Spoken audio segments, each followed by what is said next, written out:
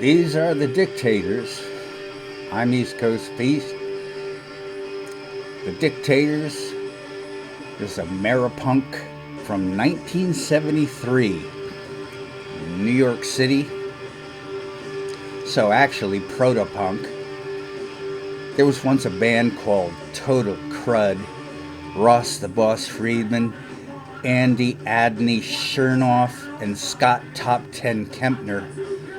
Stu Boy King was added as a drummer, and vocalist Secret Weapon Handsome Dick Manitoba guested on their debut called The Dictators Go Girl Crazy. It was on Epic. The album didn't sell, but is now considered the initial American punk rock record. But lack of sales led to the band's breaking up in '75, only to regroup the next year with Mark the Animal Mendoza, who replaced Chernoff. Richie Teeter replaced King, and then Chernoff came back on keyboards.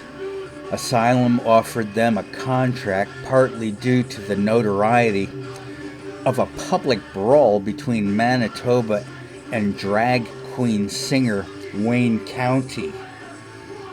The second album was called Manifest Destiny. It was released in '77, and in '78 Mendoza left to join Twisted Sister.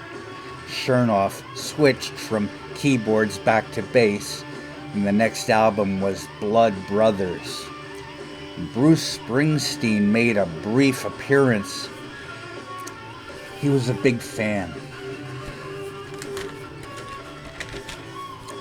The single Baby Let's Twist was a regional radio hit, but the album did not sell, so the Dictators were again kaput.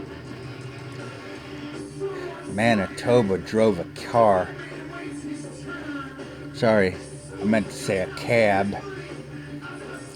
Manitoba drove a cab. Chernoff worked as a record producer and songwriter. Friedman played with Shakin' Street and then formed Man O' War in 1982. There were 6 albums.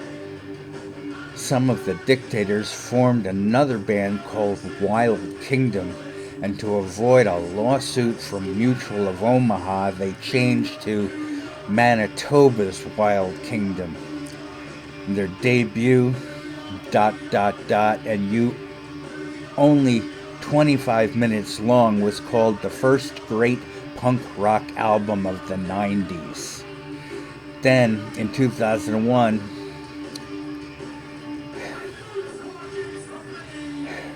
the Dictators regrouped and put out an album, DFFD, to critical acclaim. And in 2006, they headlined the final shows at CBGB's. Blondie was there too, so was Tommy Ramone, the last surviving member of the Ramones. They all joined in on a rendition of Blitzkrieg Bop. And then in 2008, there was one more album, Every Day is Saturday. Manitoba, Friedman, Kempner, and Chernoff are alive and well, basking in their well-earned cult following. The end.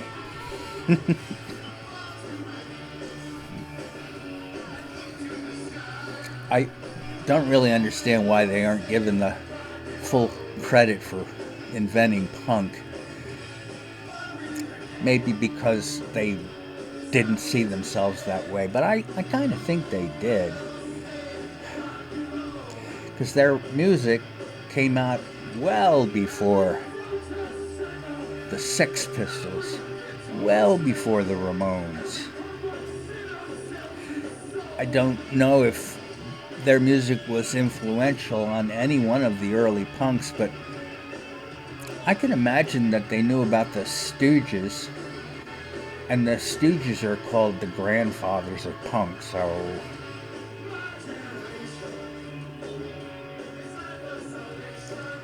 maybe the Dictators aren't really punk enough. I mean, they're from New York City. Of course they're punk enough.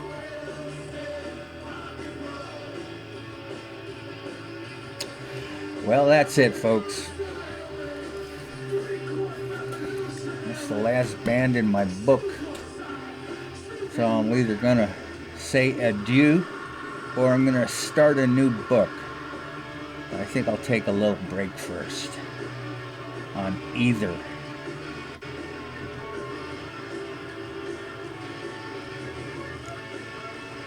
Getting old, I'm getting tired. I love doing this. I really do.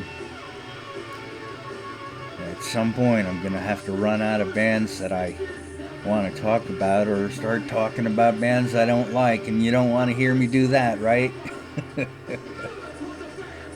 No one does. Unless I'm wrong and you really do. In which case, why don't you put something in the comment section and tell me where you want me to go from here. There's always stoner rock. Bye-bye.